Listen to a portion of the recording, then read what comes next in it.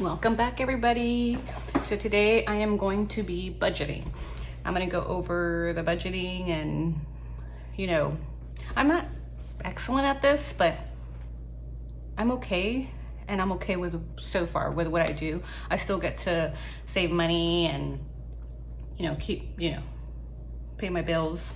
So, but again, thank you to Kamiko Love from the Budget Mom, because if it weren't for her, my summer would have been horrible. Okay, so we're going to go to July 10th. So July 10th is payday officially.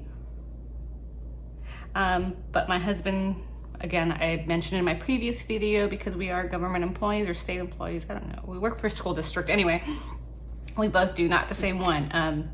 It goes into our account 2 days before. So his paycheck hit on the 8th. Or was deposited, direct deposit on the 8th. And again, even though it's the 25th is a Saturday, he would get paid on the 24th would be his official payday. But it would go into effect, or it would be deposited automatically on the 22nd. Same thing with mine. Mine's on the 31st, which lands on a Friday.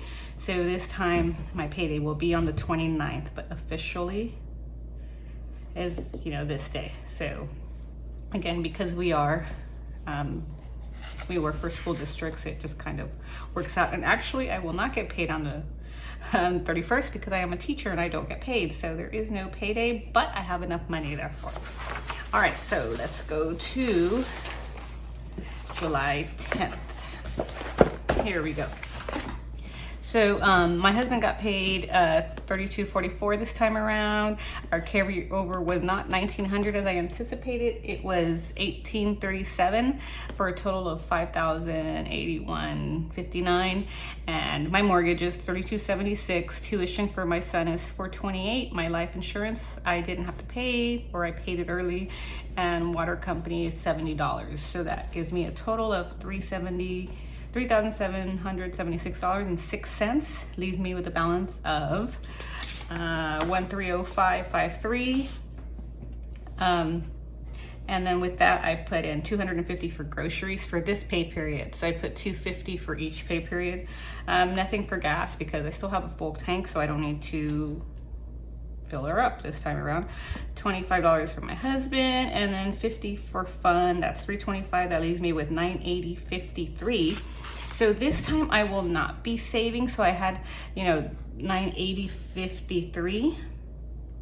I'm gonna do it this way because I was going to put for school clothes $150. I had a little bit more that and then nothing for extra budget, and then I was gonna put $548.84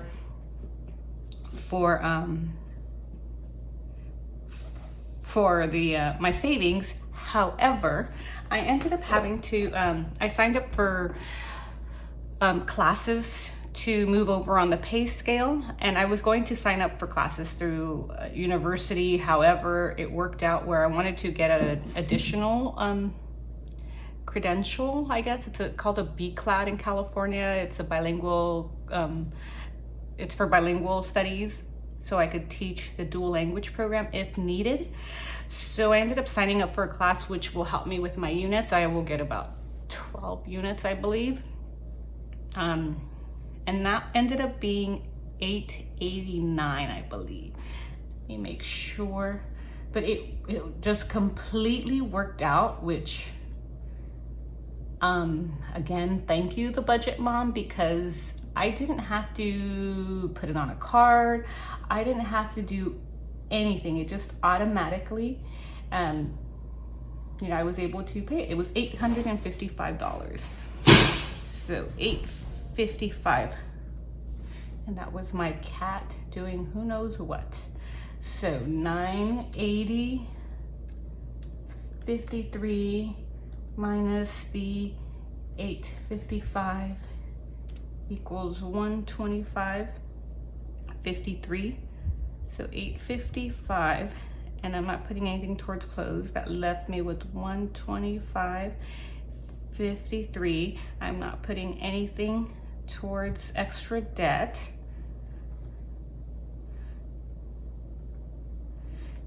And this is going to be my cushion instead of savings. I'm going to leave it as a cushion.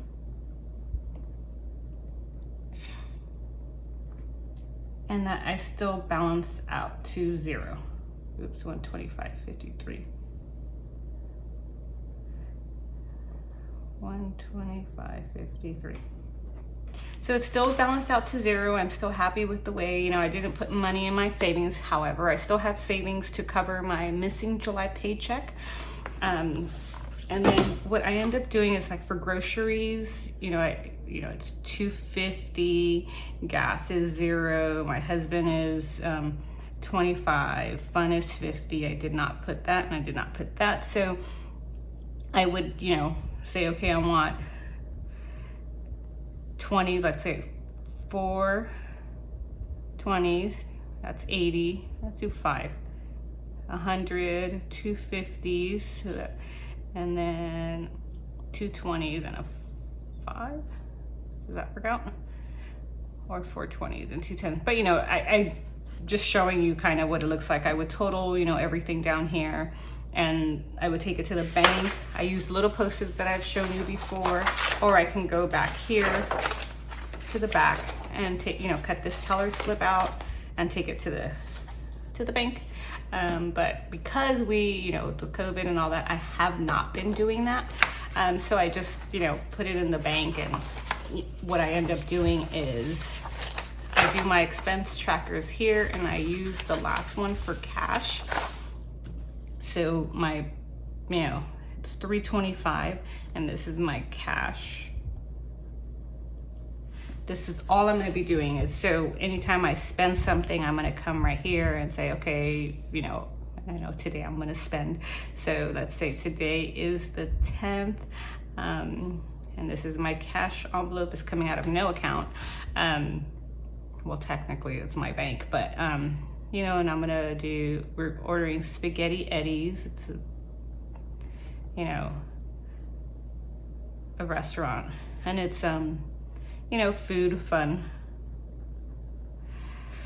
And we bought a pizza kit. It's like $24.99 with tax. I don't know how much it's gonna be, so I'm just gonna withdraw that from that. And then tomorrow we will go shopping for the week. And then again, I will put all that here, and just to keep track of what we're spending. And that's all I will do for this. And this month is just a little weird because majority of it goes out towards mortgage and stuff. And unfortunately, the rest went to my tuition. Again, I'm grateful to Kumiko because I was able to pay for it without having to dip into anything other than my regular pay and or our regular pay. And I didn't have to borrow money. I didn't have to put it on a credit card or anything. It just worked out. I hope this is just one paycheck. Again, I do this 3 times a month. The next pay period, the 25th, there's more that goes into it because there's more bills that I pay on that paycheck. So I hope you enjoyed this. If you guys have any questions, please feel free to let me know, and I will let you know how I do it. Thank you. Bye.